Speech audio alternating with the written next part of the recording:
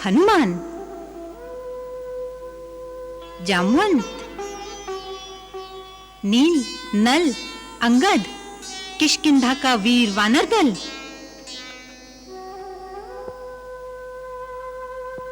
गिद्धराज जटायु ने माता सीता को बचाने के लिए अपने प्राण दे दिए। प्रभु श्री राम ने तो पिता की भांति उनका अंतिम संस्कार किया। बार बार जटायु का नाम लेने वालों, कौन हो तुम? कौन हो तुम? मेरे पास आओ।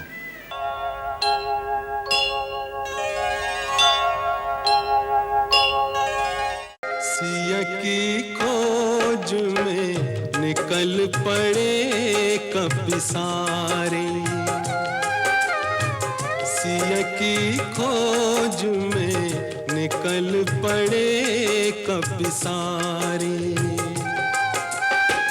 सोही आज जन्म फल पावे, जो रघुराज के काज संवारे। सिया की खोज में निकल पड़े कपि सारे।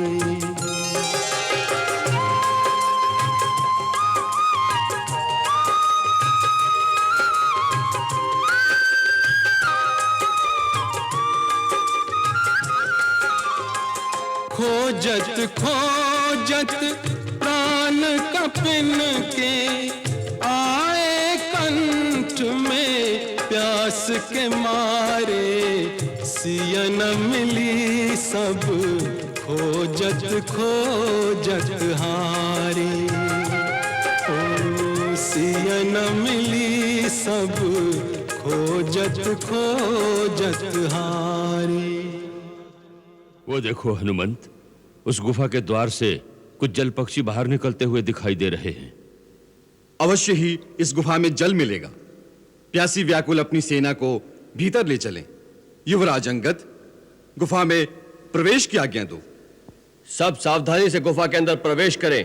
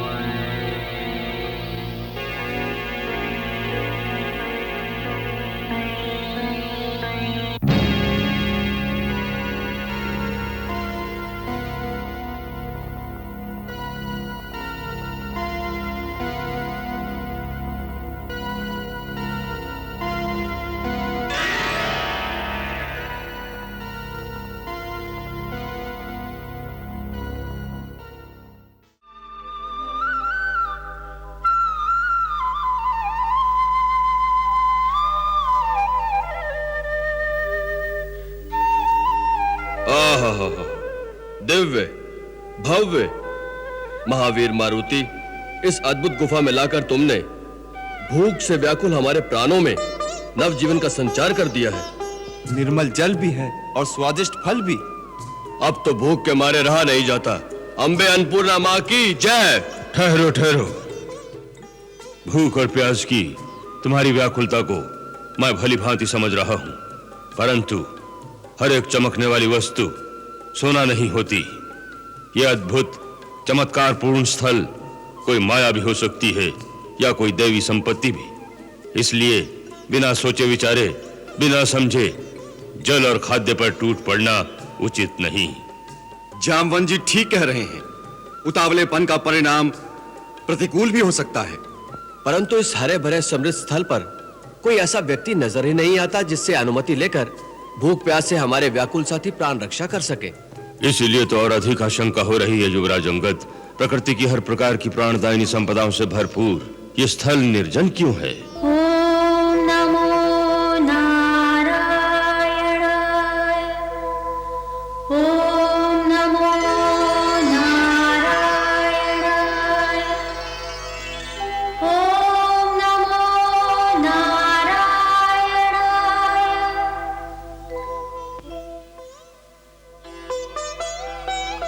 जामवंत जी, बजरंगबली जी, वो देखिए, यही यहाँ की स्वामिनी जान पड़ती है। संभव है यही सत्य हो। उनकी अनुमति लेकर ही हम यहाँ की किसी वस्तु को हाथ लगाएंगे। चलो। सावधान, आगे न बढ़ना, नहीं तो तपोबल से सबको भस्म कर दूंगी।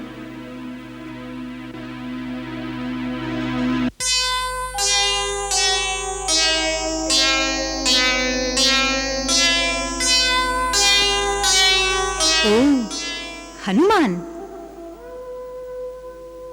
जामवंत, नील, नल, अंगद, किष्किंधा का वीर वानर दल।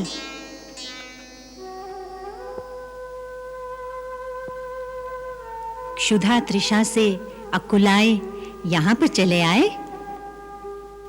महामानवी, घट घट व्यापिनी, हे तपस्विनी, आपने सत्य जान लिया। तपोबल से हमें पहचान भी लिया। हे महादेवी, अपना परिचय देने की कृपा करें।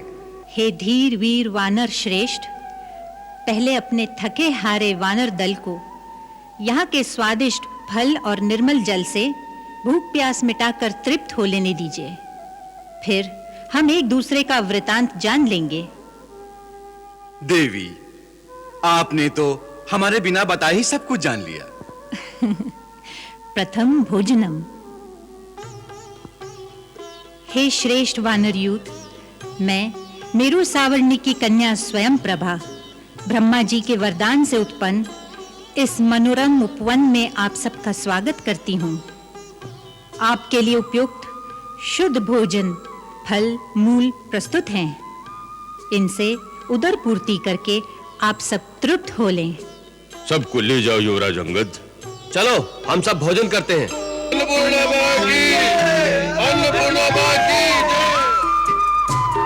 धन्यवाद देवी। आप दोनों को भूख प्यास नहीं सताती? क्यों नहीं, आहार तो जीव मात्र का आधार है। परंतु हम बड़े हैं, पहले बाल वृंद छक जाएं।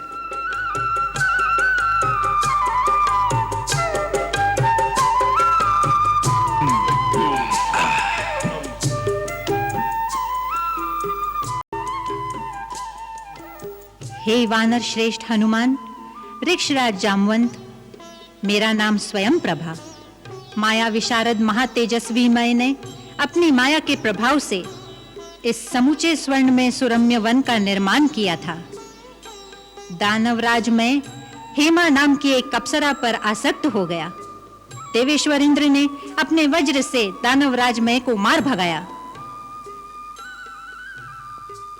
तत्पश्चात ब्रह्मा जी ने ये भूतल में स्थित दिव्य विवर हेमा को दे दिया।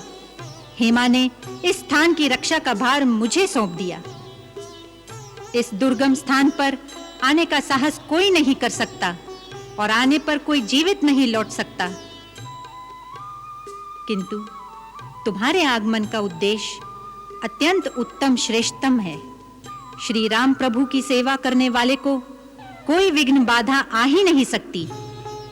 फिर भी इतने दिनों से हम लोग दक्षिण दिशा में भटक रहे हैं, किंतु रावण के राज्य का कोई सूत्र नहीं मिल रहा। अब दक्षिण दिशा में समुद्र के भीतर अन्वेषण करना है। न जाने विधाता को क्या स्वीकार है। माता सीता को श्री राम से मिलाने की प्रतिज्ञा हमारे महाराज सुग्रीव ने ली है। उनकी खोज का संकल्प हमने लिया है। यदि इसे पूरा नहीं कर सकेंगे तो इन्हीं वनों में हम सब अपने प्राण विसर्जन कर देंगे। हे महामानवी, महादेवी, भूख प्यास से अधमरे हो रहे वानरों को अमृतुल्य निर्मल जल और उत्तम फलाहार कराकर नवजीवन ही नहीं दिया, नई चेतना, नई प्रेरणा का संचार कर दिया है। कार्य सिद्धि की उत्कंठा और भूख प्यास की व्याकुलता में इस गुफा में कूद तो पड़े, परंतु अब बाहर निकलना कठिन जान पड़ रहा है। महाराज सुग्रीव ने माता सीता की खोज के लिए जो अवधि निश्चित की थी, धीरे धीरे वो भी बीत चली है। हे धर्मचारिणी, कृपा करके इस गुफा से बाहर निकलने का मार्ग सुगम कर दो। हे श्रेष्ठ वानर दल, श्री राम के कार्य के प्रति तुम्हारी समर्पण भावना, तुम्हारा उत्साह उद्वेग देखकर मैं अत्यंत प्रसन्न हूं। मैं देवी सीता तक पहुंचाने में आप सबकी मदद करूंगी। माता, क्या आप सत्य कह रही हैं? हाँ वत्स, अब सब अपनी आंखें मूंद लो।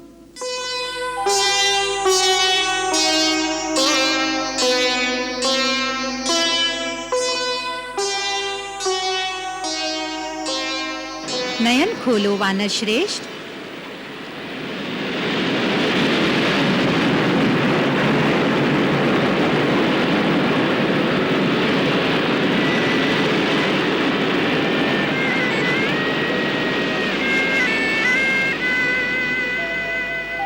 मैं तुम्हें महासागर के तट तक ले आई हूं। यहां से देवी सीता तक पहुंचने के लिए तुम्हें महासागर पार करना होगा, तब तुम्हें सीता का कुछ पता लगेगा। भगवान तुम्हारा ये अभियान सफल करे।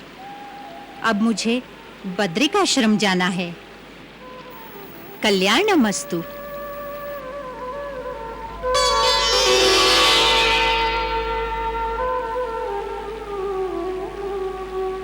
किं कर्तव्य विमूढ़ सब, निराधार निरुपाय, प्राण विकल नैना सजल, वानर दल असहाय।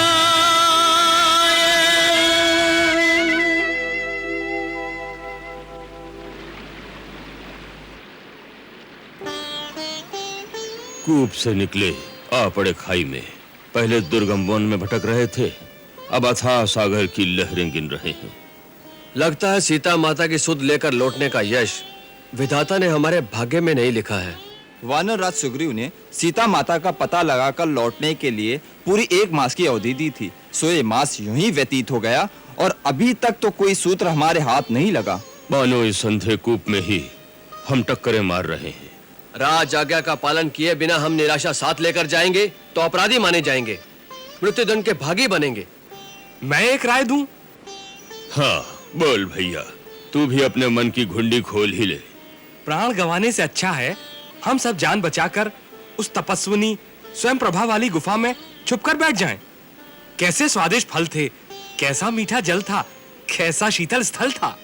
धत कायर कहीं का, भूल गया उस तपस्विनी का कथन कि आज तक उस गुफा से कोई जीवित नहीं लौटा। इस बुद्धू वानर की बातों में समय न गवाएं। ये लक्ष्मण के तीखे क्रोध को नहीं जानता। लक्ष्मण के बाण बात ही बात में गुफा को विधीन करके पत्ते की दोन की भांति छिन्न भिन्न कर सकते हैं। लक्ष्मण के तीर हम सबको चीर फाड़ करके सीधे सुरधाम पहुंचा देंगे। तो हम सब लोग क्या करें? तो हम सब लोग क्या करें? मैंने तो निश्चय कर लिया है। मैं आप सबका नायक बनाकर भेजा गया हूं। मैं इस अभियान में हार गया।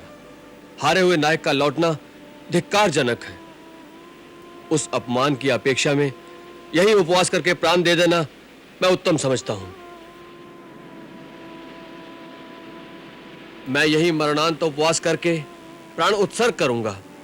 आप सब गुरुजनों को मेरा अंतिम प्रणाम। आप सबको मैं अंतिम आदेश देता हूं। जामवंत जी और महावीर हनुमान जी के साथ आप सब वापस किष्किंधा लौट जाएं। ये कैसे हो सकता है युवराज अंगद? हनुमान जी, आप इन सबको समझाइए और अपने साथ लेकर जाइए। असंभव। युवराज अंगद, जिस अभियान पर तुम्हारे नेतृत्व में हम सब साथ आए हैं, उसमें जीना मरना जो कुछ भी होगा सबका एक साथ होगा। हर पथ पर तुम्हारे पीछे चलना हम सबका कर्तव्य है। हाँ हनुमंत, हम सब कुमार अंगद के साथ इस अनंत सिंधु के पावन तट पर प्राणांतक अनशन करेंगे। राम प्रभु के काज यदि प्राण विसर्जित हो, सद्गति को या से सुलभ मार्ग और न को, सद्गति को या से सुलभ मार्ग और न को।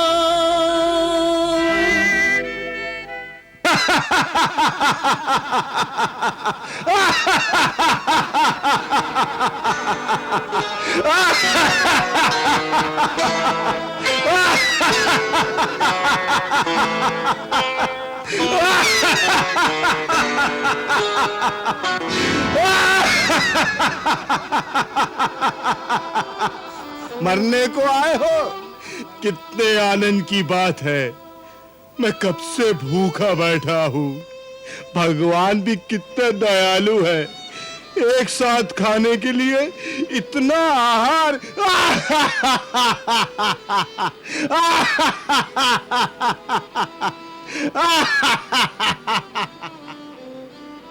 एक एक करके मरना मेरे भाई।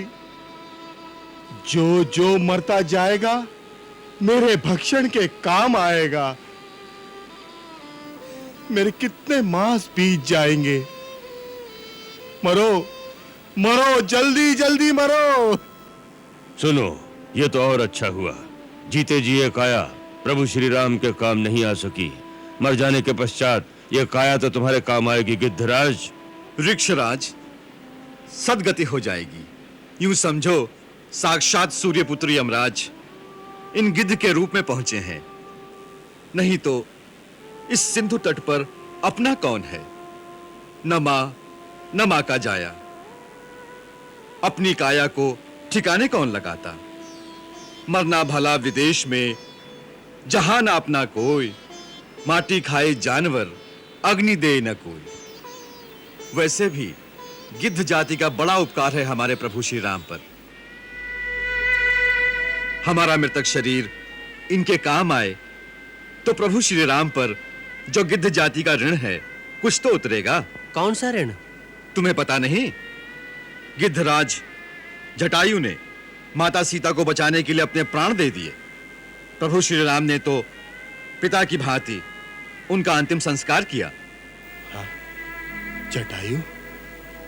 जनक नंदिनी सीता की रक्षा के लिए जटायु ने तो अपने जीवन की आहुति दे दी।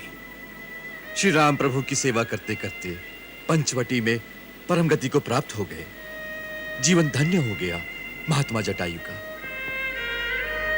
बार बार जटायु का नाम लेने वालों, कौन हो तुम? कौन हो तुम? मेरे पास आओ, मुझे बताओ सारी बात। जटायु तो मेरा छोटा भाई है, क्या हुआ उसे?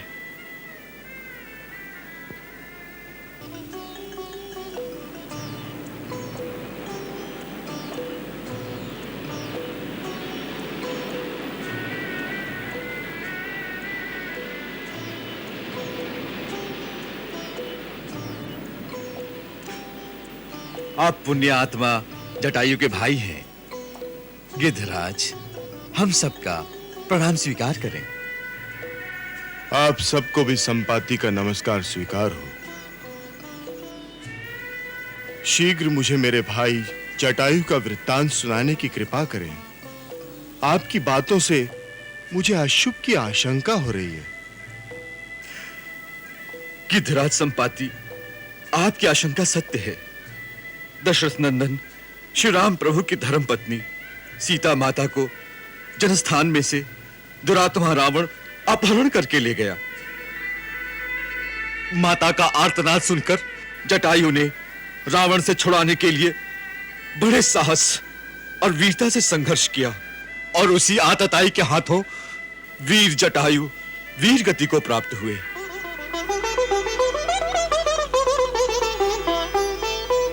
स्वयं श्री राम प्रभु ने वहां पहुंचकर अग्नि संस्कार किया। मरते मरते जटायु ने ही सीता माता के रावण द्वारा अपहरण की बात श्री राम प्रभु को बताई।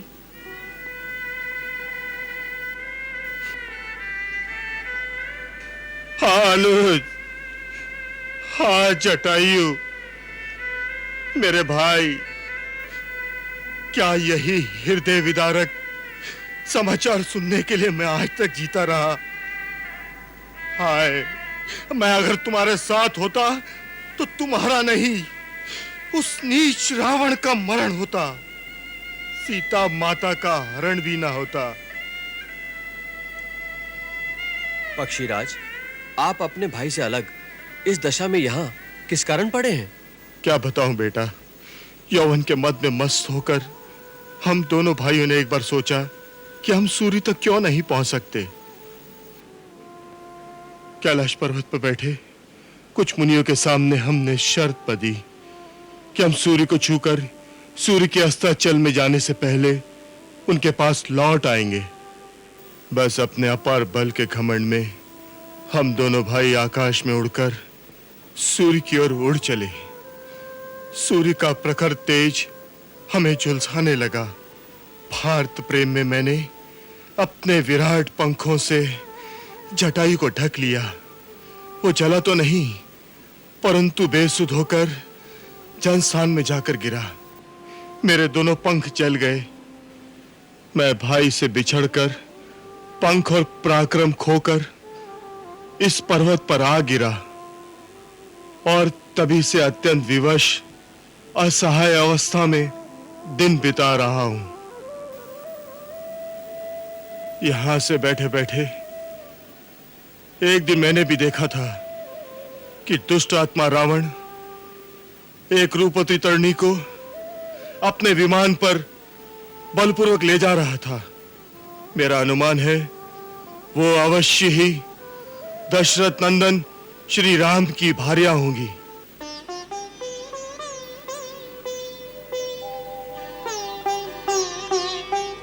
मैं क्या जानता था कि आतताई मेरे भाई को मारकर जा रहा है। हाँ पक्षीराज, निश्चय ही वो माता सीता थी। क्या आप आगे का कुछ पता ठिकाना बताने की कृपा करेंगे? दूर देखने के लिए गिद्ध दृष्टि सुप्रसिद्ध राम प्रभु को काज करे स्मरण योग्य भय गीत। मैं उन्हें देख सकता हूं। आप देख सकते हैं? क्योंकि गिद्ध की दृष्टि अपार होती है। आप देख सकते हैं तो कृपा करके बताइए वो कहाँ है? वो इस समय रावण के राजमहल में किसी वृक्ष के नीचे बैठी गहरी चिंता में डूबी हुई है।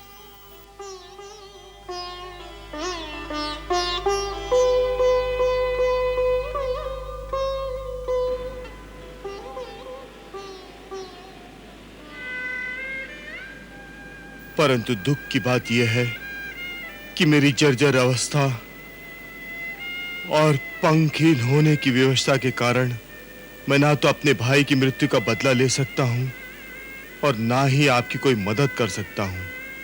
केवल बता सकता हूं। हम वहां कैसे पहुंचेंगे? 400 कोस के इस विशाल महासागर के पार त्रिकुट पर्वत पर सोने की भव्य नगरी लंका बसी हुई है। वही दंभी रावण का राज है। वही सीता को ले गया है वहां। जो अपनी बुद्धि और बल से इस 100 योजन के अपार अथाह महासागर को लांघ सकेगा, वही इस कार्य को संपन्न कर सकेगा। जाओ वीर वानरों, अपनी युक्ति और अपनी शक्ति से काम लो।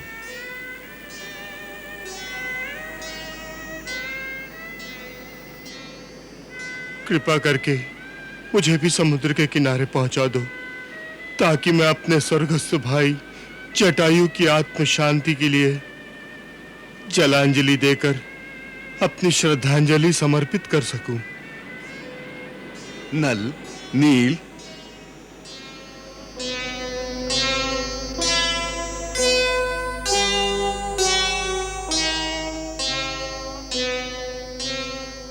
किष्किंधा नरेश सुग्रीव कितनी आशा उमंग के साथ हमारे युद्धपति गए थे महाराज सुग्रीव, किंतु पूरब और पश्चिम की ओर जाने वाले दल तो निराशा लेकर लौट आए हैं। अभी समाचार मिला है, उत्तर दिशा में खोज करने गई हुई वानर सेना भी बिना कुछ पता लगाए लौट रही है। हम क्या मुंह लेकर जाएं श्री राम लक्ष्मण के पास? क्या समाचार सुनाएं उन्हें? अंगद और हनुमान के साथ दक्षिण दिशा में गया सैन्य दल अभी तक नहीं लौटा है महाराज। हमें एकदम निराश भी नहीं होना चाहिए। हाँ केसरी जी, अवधि पूरी होने तक भी युवराज अंगद वापस नहीं लौटे हैं, इसीलिए दक्षिण दिशा में गए हुए वानर यूथ पर ही हमारी सारी आशा शेष है। आशा की किरण सागर पार जगमगा रही है और हम निराशा के अंधकार में असहाय होकर बैठे हैं। अभी तक तो रावण का पता लगाने में असमर्थ थे, और जब ठिकाना मिल गया तो वहां पहुंचने में लाचार बैठे हैं। हताश तो हमें होना नहीं चाहिए। मेरे पिता महाबली बाली महाराज का कहना था, संसार में असंभव कुछ भी नहीं है, आकांक्षा होनी चाहिए। तुम में जो उत्साह है तुम्हारे योग्य है बाली कुमार। सेनापति का उत्साह ही सैन्य दल का बल होता है। तुम हमारे सेना नायक हो, हमें आज्ञा दो कि इस समय हम अपने इस अभियान में कैसे सफल होंगे, हमें क्या करना चाहिए। हे श्रेष्ठ, आप ज्येष्ठ हैं, बुद्धि का भंडार है, आप ही विचार कर इस कार्य की योजना बनाएं। इसमें योजना क्या, ये तो पता चल ही गया है कि माता सीता कहाँ है। अब तो कैसे भी उनके दर्शन करके सारा हाल जानकर श्री राम जी के पास जाकर उन्हें सारा हाल सुनाना है। यही तो प्रश्न है मेरे भाई, कि कौन ये 400 कोस समुद्र को लांघ पाएगा और सीता माता का पता लगा पाएगा। वास्तव में तुम सब में मैं सबसे ज्येष्ठ हूँ, मुझे स्वयं ही अग्रगामी होना चाहिए, परंतु अब वृद्धावस्था के कारण मेरे अंदर वो शक्ति नहीं रही। अन्यथा देवदानव समुद्र मंथन मैंने देखा है, उस समय मुझ में अपार बल था। जब भगवान वामन ने 3 पग नापने के लिए अपना पैर बढ़ाया था, उस समय मैंने पर्वत, वन, कानन सहित समूची पृथ्वी की 21 बार प्रदक्षिणा की थी। अब यदि मैं साहस भी करूं तो 90 योजन अर्थात 350 कोस तक तो पहुंच ही जाऊंगा, परंतु उससे तो काम बनेगा नहीं। महाप्राज्ञ जामवंत जी, हमारे होते आपको जाने की आवश्यकता नहीं है। मैं जाऊंगा, मैं 400 कोस लांघ तो जाऊंगा, परंतु लौटने के विषय में संदेह है। नहीं युवराज, यह संभव नहीं। संदेह ना भी हो तो भी हम आपको जाने नहीं देंगे। आप सेना नायक हो हमारे, युवराज हो किष्किंधा के, आपके जीवन को संकट में नहीं डाला जा सकता। ये भी कैसी विडंबना है, साधन सामने है फिर भी सिद्धि हमसे दूर है, किनारा सामने है और हम किम कर्तव्य विमूढ़ बने डूब रहे हैं। हताश न हो युवराज अंगद, मार्ग मिलने पर भी लक्ष्य सिद्ध न हो, ऐसा तो हो नहीं सकता।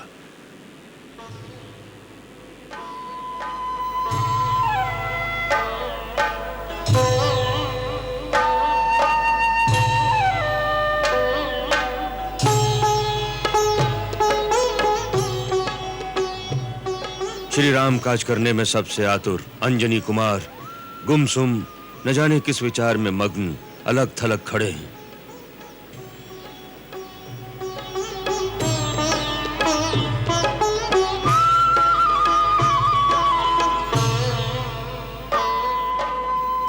अंजनी कुमार, पथ भूले पथिक के समान भौचक्के से बने तुम इस प्रकार क्यों खड़े हो?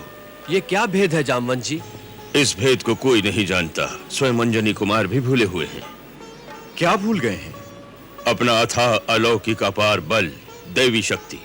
तुम्हारे भौतिक माता पिता केसरी और अंजना अवश्य हैं, परंतु तुम कैलाशनाथ भगवान शंकर के 11वें रुद्र हो। वायु का तीव्र वेग तुम्हारे अंग अंग में समाया है। हे केसरी नंदन, इसी कारण संसार तुम्हें शंकर सुवन और पवन पुत्र कहकर पुकारता है। हे हनुमान, तुम्हें तो ये भी याद नहीं होगा कि तुम्हारा हनुमान नाम कैसे विख्यात हुआ। कैसे विख्यात हुआ? आंजनेय के बाल्यकाल में अज्ञानवश इंद्र ने वज्र प्रहार किया।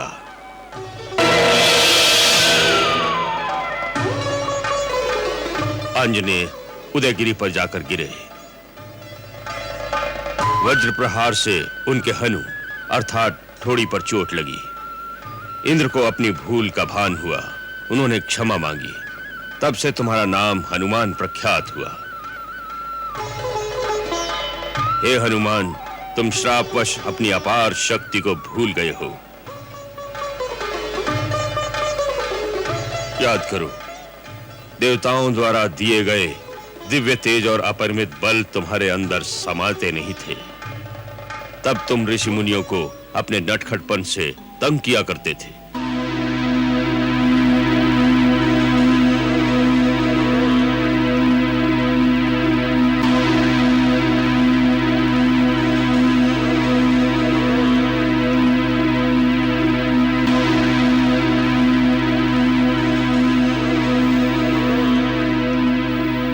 तब एक ऋषि मुनि ने तुम्हें शाप दिया था। निरंकुश नटखट बालक, जिस शक्ति के वशीभूत होकर तू इतना उत्पात मचा रहा है, उसे इसी क्षण भूल जाए। तुम्हारी माता अंजना मुनिवर के सामने गिड़गिड़ाई और क्षमा मांगी तो मुनींद्र ने शाप विमोचन का वही उपाय बताया कि शक्ति प्रयोग का सही अवसर आने पर जब कोई तुम्हारी विस्मृत शक्ति की याद दिलाएगा तो तुम्हें अपनी भूली शक्ति पुनः याद आ जाएगी। सो हे अद्वितीय वीरवर हनुमंत, आज उस शक्ति प्रयोग का सर्वोत्तम अवसर आ गया है। तुम अतुलित बलधाम हो, वानरराज सुग्रीव से बढ़कर बलवान हो, तेज और शौर्य में प्रभु श्री राम और लक्ष्मण के समान हो। तुम्हारे अंदर गरुड़ की शक्ति है, सूर्य की उज्ज्वलता है। हे ज्ञान गुण निधान, पुरुषार्थ के प्रतीक, हमारी समस्या का समाधान तुम ही हो और तुम ही इस प्रकार मौन धारण किए खड़े हो।